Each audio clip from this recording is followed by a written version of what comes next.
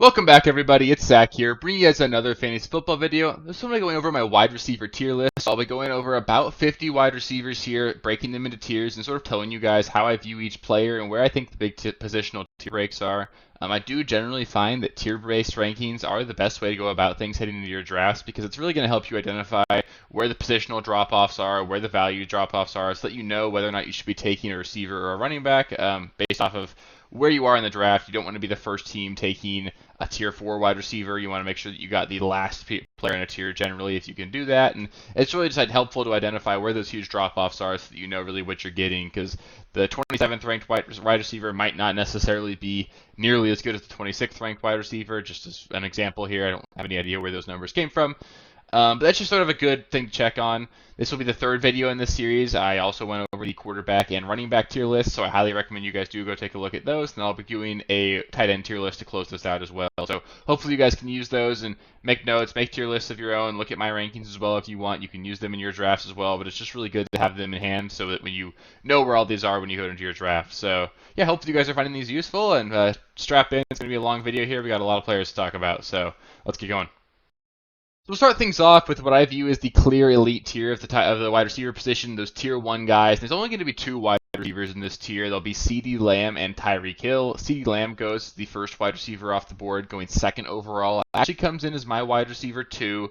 There's nothing really to be upset about with CeeDee Lamb here. The only real concern I would have at all is that he's still holding out due to his contract dispute. It's not something that I would expect to prolong and enter the regular season, but we are getting closer and closer to the regular season. These things do happen. Like last season, we saw Jonathan Taylor miss the first several weeks of the season due to his contract dispute. I know he was quote unquote hurt, but his contract dispute certainly played into that as well. So we just got to keep that in mind here. There's going to be it's going to get scarier and scarier drafting CeeDee, and that is why I have him one spot below Tyreek, just because I think if you're drafting right now, Tyreek Hill is a much safer draft pick.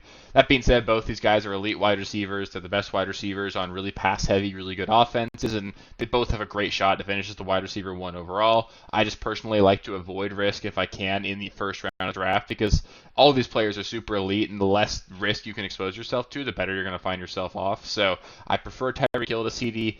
I would certainly take Tyreek over CeeDee, but I think if you want to take CeeDee third overall, second wide receiver overall, I think there's no problem with that. It's just going to be a little bit scarier as we get closer to the regular season and there's no resolution here.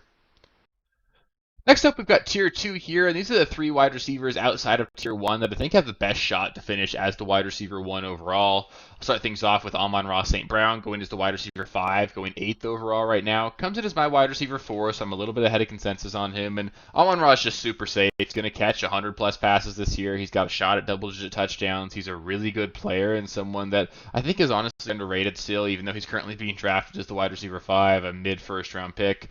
He's a guy that's going to really help stabilize your roster. He probably won't have the same spike weeks that you'll get at the other wide receivers in this tier, but there's not a lot more to say about Amon-Ra. He's the best player in one of the best offenses in the NFL, and he's going to be an absolute monster for us in fantasy. HFC might not have those 35, 40-point blow-up games that some of these other wide receivers can, but he's also going to be a lot more consistent on the lower end of things. So it's just a matter of how you view roster construction, what you're trying to do. It's tough to know because you don't know exactly what you're going to get later on in the draft, but I personally find that in general, I think it's easier to get those boom bust guys later on in the draft. There are a lot of flex plays you can really take to elevate your ceiling, and getting that stability out of my wide receiver 1 is something that I personally do value. So I do love Amon-Ra where he's going right now. Ja'Marr Chase also makes this tier, going as the wide receiver 3 by ADP, and he's my wide receiver 3. Again, another player that's still holding out due to contract dispute, but this one's one that I'm certainly less worried about. He's a year early to do this, so I think he's probably just making a point before we go into the regular season. He plays out this year, and then he gets a contract next offseason. Ja'Marr Chase is a stud. Joe Burrow's reportedly at full health right now, and as long as Burrow and Chase can stay healthy, Chase has as good a shot as anybody to finish as the receiver 1 overall. So there's a good shot here that Chase is actually deserving of being in that tier 1. I just couldn't do it because of injury concerns with the quarterback position and him being a little bit scarier to me. But Chase is obviously a rock star. He's going to be a superstar for fantasy again if he can stay healthy and if Burrow stays healthy. And the last player that makes this tier for me, and maybe this one's a surprise, but I'm going to put A.J. Brown in this tier, currently being drafted as the wide receiver 6th, going 10th overall. He is my wide receiver 5 right now. I put him ahead of Justin Jefferson recently with the J.J. McCarthy news, and I do really think that A.J. Brown's got a shot to put up a monster season. Kellen Moore, for all his faults, does always up high-octane passing offenses, and A.J. Brown is definitely the wide receiver 1 on this team. Jalen Hurts is reportedly at full health, looking a lot better than he did over the back half of last season. There are a lot of reasons to be really optimistic about what this Eagles offense can do, and A.J. Brown could easily put up a career year this year, and we saw Keenan Allen do the same thing last year, put up a career year with Kellen Moore, finishes the wide receiver 3 in points per game. That was a career high for Keenan Allen, and A.J. Brown is a much more explosive, talented player than Keenan Allen is at this point in their careers. So the sky really is the limit for A.J. Brown. He's actually a player that I find myself getting a lot of exposure to in drafts right now. Next up, we've got tier 3 here, and these will be the guys that I think have top 3 potential, but I don't necessarily see a world where they find their way into being the wide receiver 1 overall. We'll start things off with Justin Jefferson, currently being drafted as the 4th wide receiver off the board. Comes in as my wide receiver 6, so he's not someone that I expect myself to have a ton of exposure to, just because I am really concerned about the quarterback play in Minnesota. I'm a huge believer in Kevin O'Connell. I think that they'll find a way to make this offense pretty good, and obviously Justin Jefferson put up some monster numbers last season, even without Kirk Cousins, so the floor is not that low for him. The worst case scenario here is that Sam Darnold is absolute garbage. Then we see more Nick Mullins, and Nick Mullins is actually decent for what he can put up in terms of fantasy production. He's a gunslinger. He'll turn the ball over and spread the ball around. So I don't think the floor is that low for Justin Jefferson, but I think the touchdown upside is going to be limited here. Sam Darnold historically has been near the league bottom in terms of touchdown rate. He's not going to be a guy that's suddenly going to come out and throw 30 to 40 touchdowns this year. So Jefferson certainly would have a really tough time seeing double-digit touchdowns this year. And when you take that out of the equation, it just makes it really tough for him to be the wide receiver 1 overall. Still think he'll finish with like 1,300 yards. He'll probably catch 110, 120 passes. He's going to be super involved. Obviously, in my opinion, the most talented wide receiver in the NFL. It's just that he also might have some of the worst quarterback play in the NFL. So he's fine where he's being drafted. I personally am a little bit below that. I don't really want to draft him 6th overall, but if you can get him towards like the back half of the first, I think that's a better value to be looking at. Marvin Harrison, another player I'm super stoked about, currently being drafted as the wide receiver 9. He comes in as my wide receiver 7, so I do find myself with a lot of exposure to Marvin Harrison right now. I am ahead of consensus on him, and really the issue here is just he's probably going to start a little bit slow like most rookies do, and that makes it tough for him then to finish as the wide receiver 1 overall. So that's why I don't really think he has that wide receiver 1 overall upside, but he's got all the tools. He's got the offensive scheme around him, great quarterback play from Kyler. There's plenty here to make Harrison a wide receiver, a top tier wide receiver for the entire course of the season. And if you told me that over the back half of the year he was the wide receiver 1, I'd certainly believe that's in the range of outcomes. So being able to get him in the 2nd round, that's a really great value. I do find myself with a lot of exposure on Harrison. And then Puka makes this list still, comes in as my wide receiver 8 and an ADP of wide receiver 8. A little concerned with the knee injury he's dealing with. I'd never generally like to avoid risk early on in drafts just because these guys are all superstars, and when you're drafting guys that are already hurt here, you better be getting a pretty significant discount here. So I tend to find myself shying away from Puka just because I think they're similarly talented players that are going around him that aren't injured right now, and it's enough to turn me off of him. But obviously there's a clear path here for Puka being a top 3 wide receiver. He's wide receiver 4 last season. He's an elite player going into year 2. Could easily be better than he was last year. And as long as Stafford stays healthy, if Puka stays healthy, this should be a really awesome tandem. They should actually put up another monster season. So nothing against Puka. I don't find myself with a huge exposure here just because I'm a little bit concerned about drafting anybody who's already injured. So knocks him down a little bit for me. I tend to avoid those guys early on. But if you're willing to take that risk, it could certainly pay off for you guys.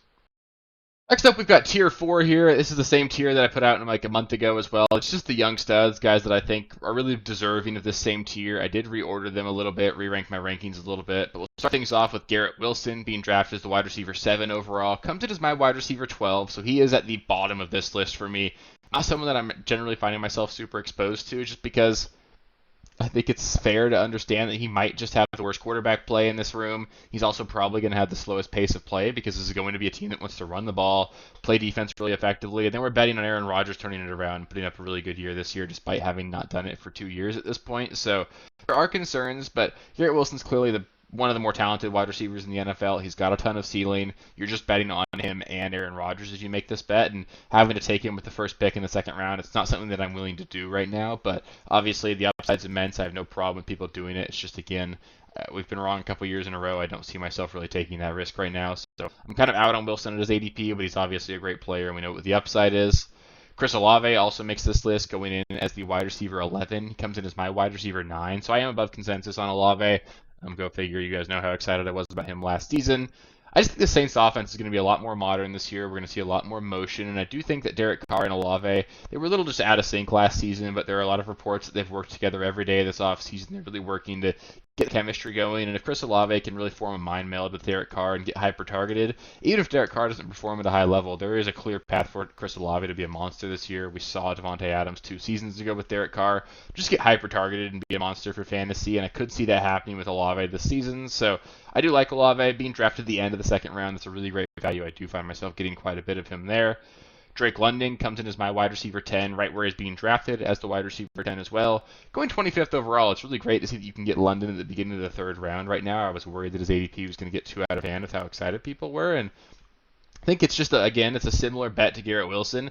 I think they're really similar in terms of their situation. You're looking at a guy who has an old quarterback coming off of a torn Achilles. Neither one has really done it for fantasy just yet so far, but we've seen the talent and we know it's there. And the reason I prefer Drake London to Garrett Wilson is just that I think this is going to be a much more modern offense. I trust the coaching staff in Atlanta a lot more than I do in New York. And I think on top of that, the defense in Atlanta isn't going to be quite as good, although they have made some nice additions over the last couple of weeks with Justin Simmons and Matthew Judon.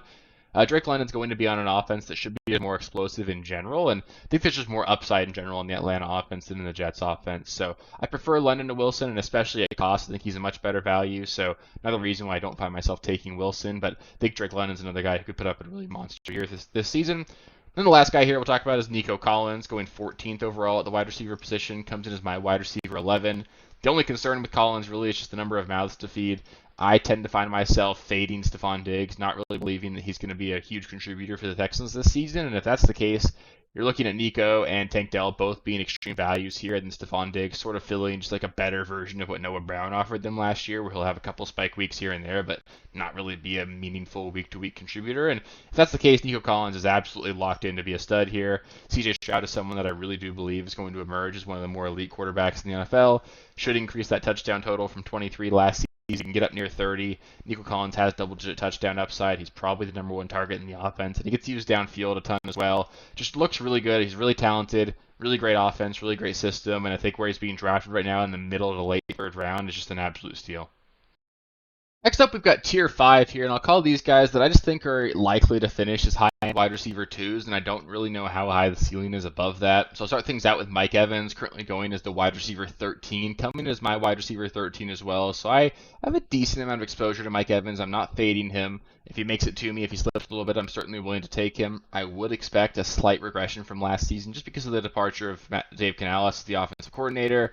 I don't necessarily think Baker is as good as he played last season as well. Chris Godwin also just had a pretty historically down year in terms of touchdown output, so I think we'll look at Evans being closer to like 8 receiving touchdowns this year, not 13 like he had last season, and that will bump him down from where he finished. But Evans is a star. He's going to be a future Hall of Famer. He's still in his near prime, and I think he could easily get it done and be a fringe wide receiver 1 this season, probably a high-end wide receiver 2. Deebo Samuel going as the wide receiver 15 right now, comes in as my wide receiver 14. Really the only concern here with him is injury. I will note that I think his ceiling's a lot higher if we do see a Brandon Ayuk trade, which has obviously been dragged along. Deebo Samuel would probably find his way into my top 10. So if you're drafting right now, he does have that built-in upside, but I am currently assuming that the rosters remain as they are. So where he's being drafted, you know he's going to be super utilized in the offense. He's got insane touchdown upside. You know that there's even more upside if something were to happen to Christian McCaffrey. They'd use him as a rusher quite a bit more.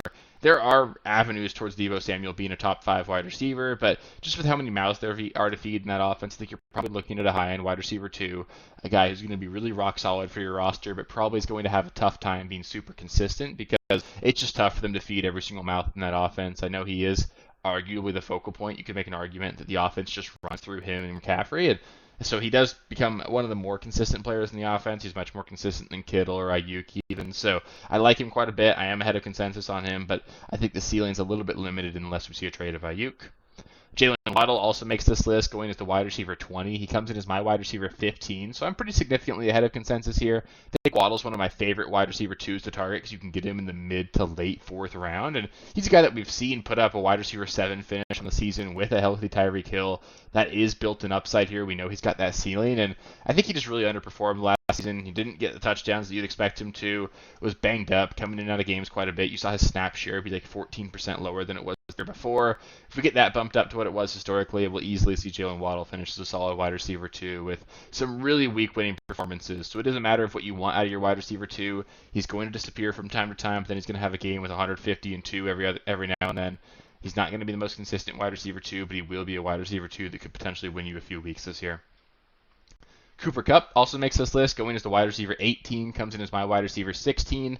I bumped him up a little bit lately because of A, the Puka Nacua injury, and then B, just some reports that it sort of looks like the offense still runs through Cooper Kupp right now. And it's a fair question to ask is, if both of these wide receivers, Kupp and Puka, are fully healthy, which one of them is the better wide receiver? We know Cooper Kupp has been a historically Hall of Fame caliber wide receiver, put up a Triple Crown just a few seasons ago, and sort of battled injury since then. But if he could manage to stay healthy for the course of an entire season, I think it's fair to say that Kupp does have the potential to be the wide receiver 1 for the Rams. And just having that built-in upside where he's being drafted right now, I love it. Getting him in the early 4th round. If he's wide receiver 2, I think it's a really great thing for your roster because you can afford for him to not hit. It's going to hurt, obviously, if he gets hurt again and your team's going to suffer, but he's not going to sink your team if he has a down year, and the upside there, he could legitimately be a league winner where he's being drafted. Davante Adams also makes this list with an ADP of wide receiver 10. He comes in as my wide receiver 17, so I have effectively no exposure to Davante Adams, but I don't think he'll finish too much lower than this. It's just a matter of I have no confidence in the quarterback play in this offense at all. Believe it or not, he was the wide receiver 17 last season in points per game. I know he finishes the wide receiver 11, but he played every game. So if he misses a couple games, if the quarterback play continues to be as bad, if we see the volume drop a little because of the just lack of desire to be an up-tempo offense, this is going to be a run-heavy defense-first team. There's a lot that can go wrong for Davante, so I'm going to have effectively no exposure to Davante Adams this season.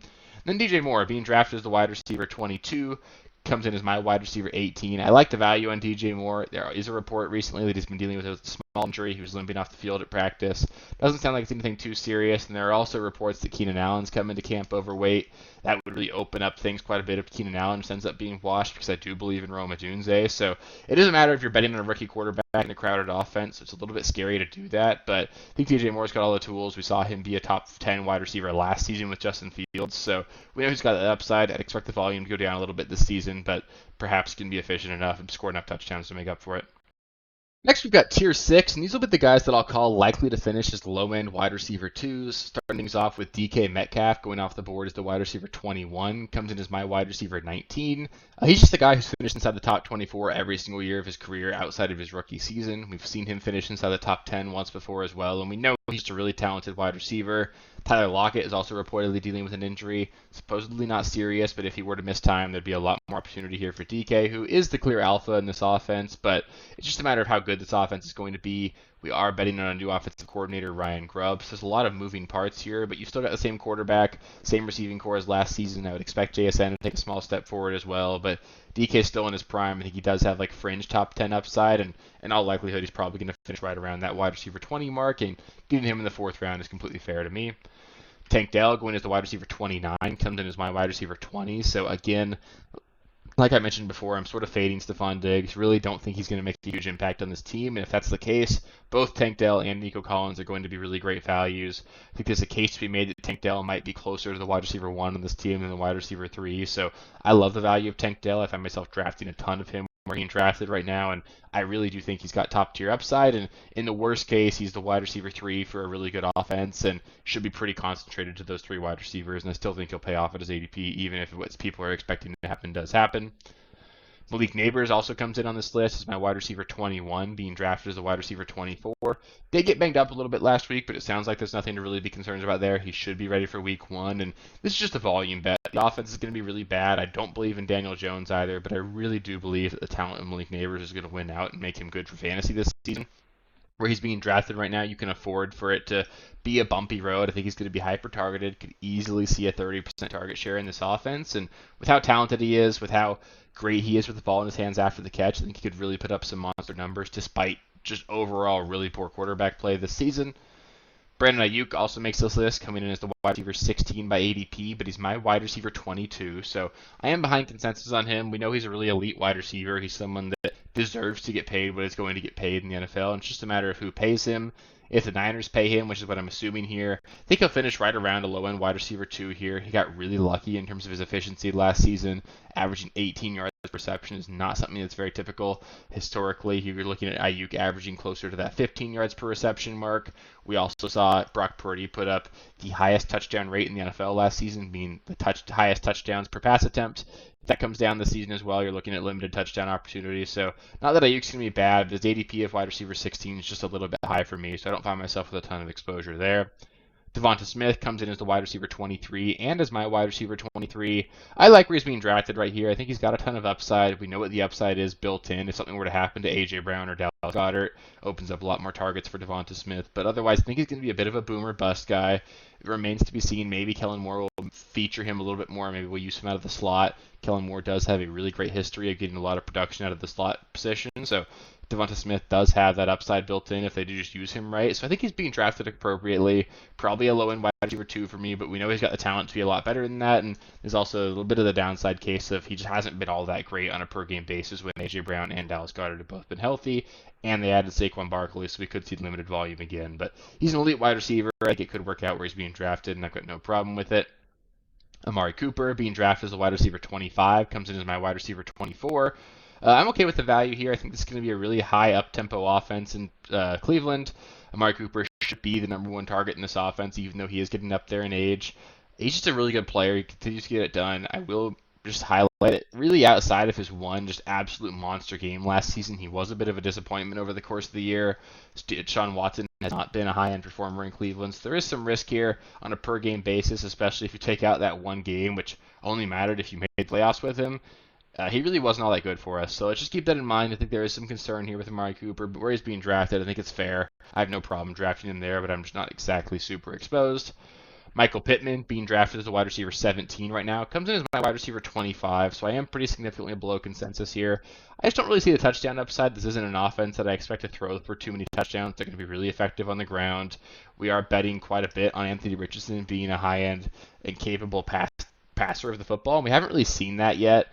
Michael Pittman, his ceiling's also pretty limited just because I haven't seen Michael Pittman as a guy that can put up a 10 touchdown season. I don't think he's going to put up 1,500 yards. You're looking at him PPRing his way to being a wide receiver 2, and where he's being drafted right now, I think it's a little bit too high for a guy that doesn't have that ceiling. So when I'm drafting a guy in the third round, I want somebody that I think could be a league winner for me, and I just really don't see that for Pittman. He's not going to bust. He's going to be the most important target in this offense, and he'll get targeted enough to be okay, but his ADP is just too high for me. I don't find myself drafting much of him. And then George Pickens, being drafted as a wide receiver 28 right now, comes in as my wide receiver 26. It could be a bumpy road here. This is going to be another low-volume offense, but they should throw the ball deep a lot more than they did last season. Russ should really take the top off this defense with this play-action game and the running game that the Steelers are looking to implement. So I think George Pickens could really put up a spike touchdown season. We saw Sutton put up touchdowns last season with Russ. Pickens could certainly do the same thing, and we saw Pickens put up over 1,100 yards last season with some of the worst quarterback play in the entire league. So if that improves, there is a ceiling here for George Pickens to potentially crack the top 15. We know what the floor is as well, because this could be a really low-volume offense, and maybe Justin Fields wins the job, and it's just a disaster. So there's a range of outcomes there, but I do think George Pickens is a really good pick where he's being taken right now. Next up, we've got tier 7 here, and I'll call these the guys that I'm sort of expecting to finish right on that border of a wide receiver 2 or 3. A couple players I really do like on this list, though. We'll start things off with T. Higgins being drafted as a wide receiver 27 and comes in as my wide receiver 27. He looked really good in week 1 of the preseason. He's looked really good in camp, and he is playing on a contract year, so maybe he's a little bit motivated to put up a better season than he did last year.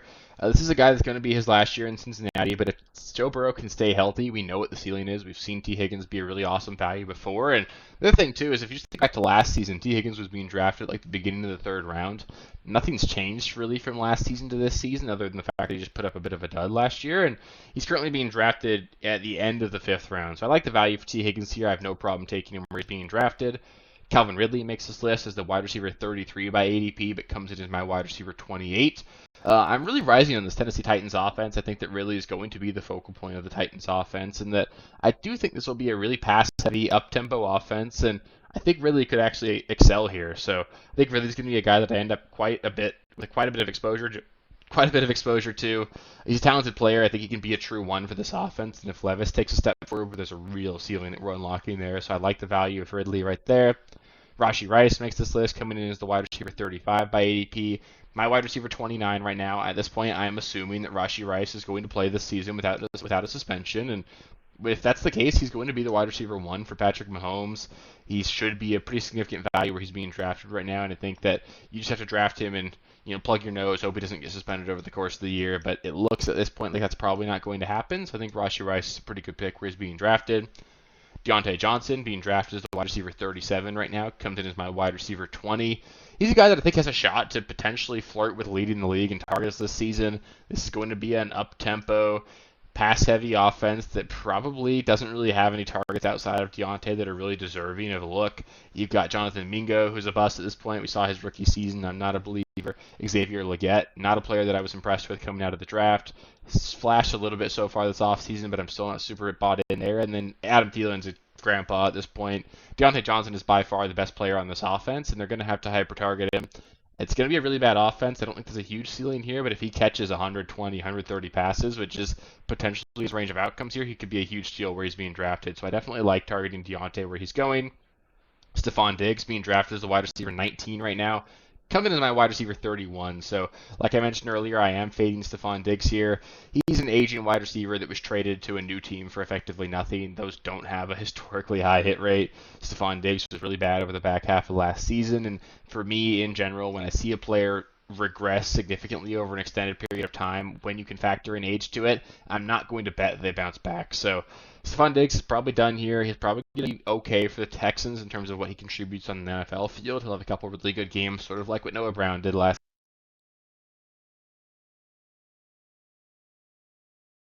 Sorry about that. Sort of like what Noah Brown did last season, but I don't think you're looking at a guy that's going to be a week-to-week contributor for us, and that's going to make it tough for him to be a guy that you want to plug and play every single week. You're going to have to play matchups with him, and having to do that for a guy that you're taking in the early 4th round, taking as a mid-tier wide receiver 2, is just not something that I'm confident in. So I'm out on Stephon Diggs here. Jaden Reed also makes this list, coming in as the wide receiver 36. He's my wide receiver 32. I don't know if he's the same ceiling as his running mate Christian Watson, but he is a guy that I think is going to be, manufactured touches in the offense. He's a really good player. He's probably the most talented wide receiver in this offense, to my mind. He's a guy that I think should be utilized all over the field. They're going to give him the ball in end arounds. They'll put him in the backfield some. They're going to throw a lot of screen passes to him. He's a guy they want to get the ball to, and he's someone that I am excited to see what he can do in year 2. And where he's being drafted right now, him and Jordan Love being like a sneaky late stack is something that I've really loved doing so far. So he's a really great value where he's going. I have no problem drafting him there. Then Zay Flowers comes off the board as the wide receiver 26, is my wide receiver 33. I'm just behind consensus here just because I don't really see the ceiling. He's not a guy that I expect to put up monster touchdown numbers, and we did see a really significant split last season in terms of his performance with and without Mark Andrews on the field. For now, Mark Andrews is healthy, and I expect him to be the clear tight end 1, or not tight end 1, but the clear number 1 target in this offense for Baltimore. And if that's the case, you're looking at the number 2 target in an offense that's going to be really run heavy with the addition of Derrick Henry, Lamar running the ball quite a bit as well, limited passing touchdown upside just because you've got a team that's going to run in most of their touchdowns. So not super high on him. I think he'll probably finish as like a wide receiver 2 to 3, exactly where he's being drafted, and he'll be an okay draft pick. He's just not a guy that I expect to finish inside the top 15. I don't really see that upside for him. And on top of that, I think there is a pretty scary floor if Mark Andrews just ends up being dominant and they end up being a really effective running team again. So it's a little scary with Zay Flowers here. I don't find myself with a ton of exposure, but it is a kind of guy that I could be wrong on because he does have all the things you're looking for. Good rookie year 2 breakouts are typically a cheat code for fantasy. So it's something that I could easily be wrong about, but I just find myself kind of out on Zay Flowers right now. Next up, we've got tier 8 here, and these will be the guys that I think are wide receiver 3s or flex plays for us. I'll start things off with one of my favorite flex plays right now is going to be Christian Watson being drafted as the 41st wide receiver off the board. Comes in as my wide receiver 34. Obviously, the floor is 0 here with Christian Watson. He has a really tough time staying on the field, but if he can stay healthy, we've seen him put up a stretch where he was an absolute dominator for fantasy, and with Jordan Love under center, this could be a really good offense. And if Christian Watson does emerge as that clear wide receiver 1 here, that deep threat they're really trying to get the ball to, he could easily flirt with a top 15 finish that is in his range of outcomes here, and getting that this late in the draft is tough to find. So I love the value on Christian Watson, even if the downside is legitimately nothing. Glad McConkey also makes this list with a wide receiver 43 ADP. Coming in as my wide receiver 35. A little bit concerned with the passing in this offense right now. You've got Justin Herbert banged up. Ladd McConkey's a little bit banged up right now, so a little bit concerning there. But I think Ladd McConkey's the best bet to finish as the wide receiver 1 for the Chargers right now. And if that happens, he's probably going to easily smash that ADP of wide receiver 43. I think he'll probably end up being a top 30 wide receiver if he is that clear wide receiver 1 here. And I did like his tape quite a bit in college. I think he's a really good player, and he's going to be an NFL-ready route runner for Justin Herbert, and they're going to have to throw the ball more than what we're anticipating. This is going to be a team that will still throw the ball 25, 30 times a game. There's going to be plenty of volume there for McConkey to be good, and I think it's certainly an opportunity here for McConkey to be one of the better values in the draft right now. Terry McLaurin also makes this list. I'm a little bit behind consensus on him as my wide receiver 36, despite an ADP of wide receiver 32. It's just because I'm not exactly going to bet on a bunch of passing production out of a mobile rookie quarterback. He could certainly prove me wrong. I do think Jaden Daniels is potentially going to work out in the NFL. He's impressed me so far, and he is someone that I think could be a really good quarterback long term. And if he puts up like a Kyler Murray rookie season, then Terry McLaurin is going to be absolutely fantastic. So that is in his range of outcomes. This is potentially the best quarterback Terry McLaurin has ever had, as sad as that is. And there's reasons to be optimistic here, but I don't really think there's a huge ceiling just because we haven't seen Terry finish inside the top 20 position, really. You would need Jaden Daniels to put up a really great year, and that could happen. But at his ADP, it's just not something that I'm foreseeing. He needs to slip a little bit for me to be interested. Christian Kirk makes the list as well. I'm a little bit behind him on consensus just because I've sort of come around on Brian Thomas quite a bit. I think Brian Thomas is a really clear shot to be the wide receiver 1 in this offense. He's getting a lot of really great reports out of camp. He looked really good in week 1 of the preseason to me. And on top of that, Christian Kirk is a little bit banged up. I still prefer Kirk to Brian Thomas, but at the ADP, I think Thomas is becoming a much better value. Kirk, you've got to take his wide receiver 31 overall. He's a 7th round pick. It's a little bit scary for me, but I do think Christian Kirk's probably still going to finish as a solid flex play for us. Keenan Allen being drafted as the wide receiver 30 overall. Comes in as my wide receiver 38. And like I said, there's reports about circling that he's coming to training camp a little bit overweight.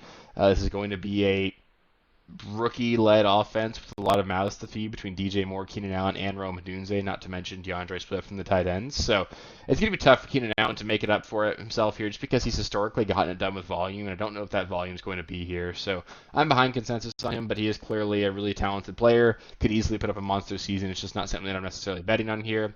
And the last guy that I'll call a flex is Curtis Samuel, being drafted as a wide receiver 50 right now. Comes into my wide receiver 39, so I like the value on Curtis Samuel quite a bit. I feel pretty comfortable just plugging and playing him in week 1 if I need to, if you really just wait on a wide receiver position. He's a guy that's going to be manufactured touches in the Bills' offense, and we've seen him get it done for fantasy before, so as long as he's healthy, he's going to be a meaningful part of a good offense, and he's someone that I think will return value for us this year. Then to close it out here, we'll call this tier 9. Not necessarily a tier here, but this is just the rest of the wide receivers on the board that I find myself still liking and looking to get some exposure to. So it'll be some quick hitters here, but we'll start things off with JSN, who's a guy that I do think has a shot to break out in year 2. If Tyler Lockett stays injured, we could easily see JSN just emerge as the clear wide receiver 2 in what should be a pretty pass-heavy offense, and we know that JSN has the pedigree to come in and be really good. Jameson Williams, obviously it's year 3 here, so not a historically good bet to make, but in on a player who wasn't great his first 2 seasons to come out and put up a good year 3. But it's shaping up for Jameson Williams to be the clear wide receiver 2 in this offense.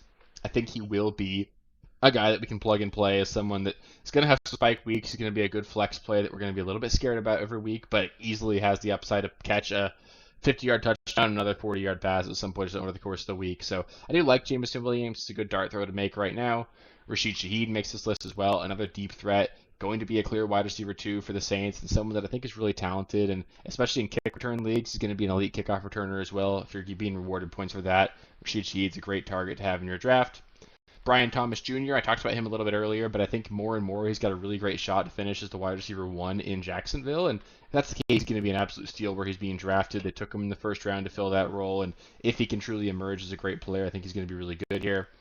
Keon Coleman makes this list, even though the reports have been really bad. I'm not necessarily a believer in the talent here. He's not much of a separator. He profiles to be more of a contested catch guy, and he didn't historically perform very well in that regard either in college. So he's probably, in my mind, just going to fill the Gabe Davis role in Buffalo, where he'll run deep every play and be okay. And that's okay. I think he'll be decent for fantasy, but not someone that I think is going to be someone that's going to offer us like top 10 upside at the position. Xavier Worthy, I have to mention him. It's going to be potentially the wide receiver one for the Chiefs if something happens to Rashee Rice with a suspension. Hollywood's already hurt. They spent a first-round pick on him. He's extremely fast. I'm not necessarily a believer in the talent, but where he's being drafted, it's an okay bet to make just because he could potentially emerge as a really high-end difference maker for us in this offense. Khalil Shakir makes this list as well. Another guy that's got a shot to be the wide receiver one in Buffalo. He's looked good so far in training camp. Was their best receiver in the first week of the preseason. Not sure how much we want to put into that, but he's really good after the catch. It could be what they want to target in this offense, and Shakir's a guy that I'm willing to take some shares of as well. Romeo Doubs and Dontavian Wicks also make this list. I think every single Packers wide receiver needs to be drafted, at least the top four, just because we don't know necessarily how this room is going to shake out. The obvious thought is it's going to be Jayden Reed, Christian Watson, and Doubs. Wicks is the wide receiver 4 here, but Wicks is a really talented player. I think he's got a shot to potentially just push for starting snaps, and he's someone that could easily be a huge value. So I love both those guys. Doubs probably the safer flex kind of guy, and Wicks the kind of guy that's boom or bust, has the potential to be awesome, potential to be worthless. Joshua Palmer makes this list as well, another player that's got a shot to be the wide receiver one for the Chargers. We've seen him be good, not great in fantasy before, and I think there's a chance for him to be exactly that again, so he's worth mentioning. Adonai Mitchell, a guy who I think is in line for a good percentage of the snaps here in Indianapolis. We saw Josh Downs go down with an injury lately. That should open up more potential here for AD Mitchell to be the wide receiver 2 in Indianapolis. And he's a guy that I do like. He's talented, should get featured in the red zone potentially. I think he's got a better shot at double-digit touchdowns than Michael Pittman, to be honest, just because of his size and his profile. So it could happen there. Again, it's going to be a low passing volume offense, not expecting a ton of passing production there, so I don't necessarily think it'll pay off, but it's worth noting. Demario Douglas makes this list as well. He's just effectively free in drafts and should be the wide receiver 1 for the Patriots. Should be a guy you can use in your flex if you need to, so I want to highlight him. Michael Wilson looked good in spurts last season as a rookie for the Cardinals, and if he can really hold on to that wide receiver 2 role this season, I think he's got a shot to be real fantasy relevant, which I expect to be a pretty good offense. Then Demarcus Robinson, we saw him be super relevant in spurts last season. Should be the clear wide receiver 3 in Los Angeles again. I'll keep an eye out for Whittington. He's really looked really great in preseason, but as long as Robinson's the clear wide receiver 3, I think he'll be somewhat fantasy relevant for us, and he's definitely worth keeping an eye on. So that'll do it for the wide receiver tier list. Hopefully you guys found this video useful. If I somehow didn't mention any players that you wanted me to mention, feel free to let me know in the comments. I'll be happy to give you guys my opinion on them. But I feel like I talked about 50 plus wide receivers there, so hopefully I covered all the ones that you guys wanted me to. Up next, I'll be going over my tight end tier list to close this out. That way you guys will have all this stuff ready for you guys to use heading into your drafts. We're getting really into the thick of it. 2 weeks from now will probably be the biggest weekend for drafts, and then we're going to have real football starting up real soon. So it's super exciting. Going to keep putting out 4 videos a week throughout the course of the rest of the off season. Might try and sprinkle in some more mock drafts and stuff here and there as well, just to try and give you guys as much draft content, help you guys get prepared as possible. So stay tuned for all that. There's a ton of content coming. Just make sure you subscribe to the channel. That way you don't miss any of it.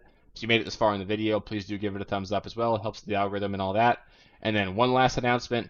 There are a couple spots left. I think there are 2 spots left in the subscriber league. If you are interested and have not let me know, not left your email in the comments below, let me know below. That way I can send you guys an invite. We can fill out that league and get that draft scheduled because I'm super excited for that. It was a lot of fun last season. So, yeah, I appreciate you guys. We got a couple weeks before real football, and we're really getting to the thick of it and just super excited for the season. So, thanks for watching, and I'll catch you with the next one. Peace. Thank you guys for watching. If you haven't already, please be sure to subscribe to the channel, like the video, check out these other videos here if you haven't. If you want more content, please feel free to follow me on Twitter at RealSteelFFB. I'll be more active on there as the season goes on. Thanks. Catch you later.